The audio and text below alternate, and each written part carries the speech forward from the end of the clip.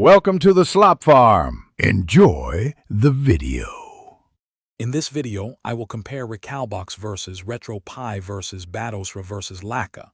We will explore their core differences, focusing on ease of use, performance, and overall features. This comparison aims to help you decide which retro gaming operating system best suits your needs, whether you are a beginner or an experienced enthusiast. We will cover installation, user interface, and hardware compatibility to provide a comprehensive overview.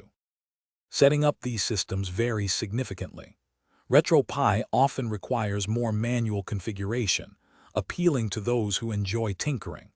Recalbox and Batocera offer a more out-of-the-box experience, making them excellent choices for beginners. Lakka, with its unique retro arch-centric interface, provides a console-like feel but might require some adjustment for new users. Consider your comfort level with technical setup when choosing your preferred system. Performance can differ based on your hardware. Batocera and Recalbox are generally optimized for a wide range of systems, offering smooth emulation for many classic consoles. Retropie, while powerful, often benefits from more robust hardware like a Raspberry Pi 4.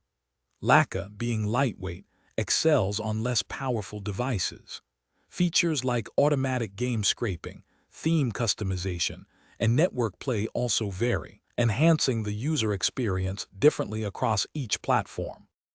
Hardware compatibility is a key factor.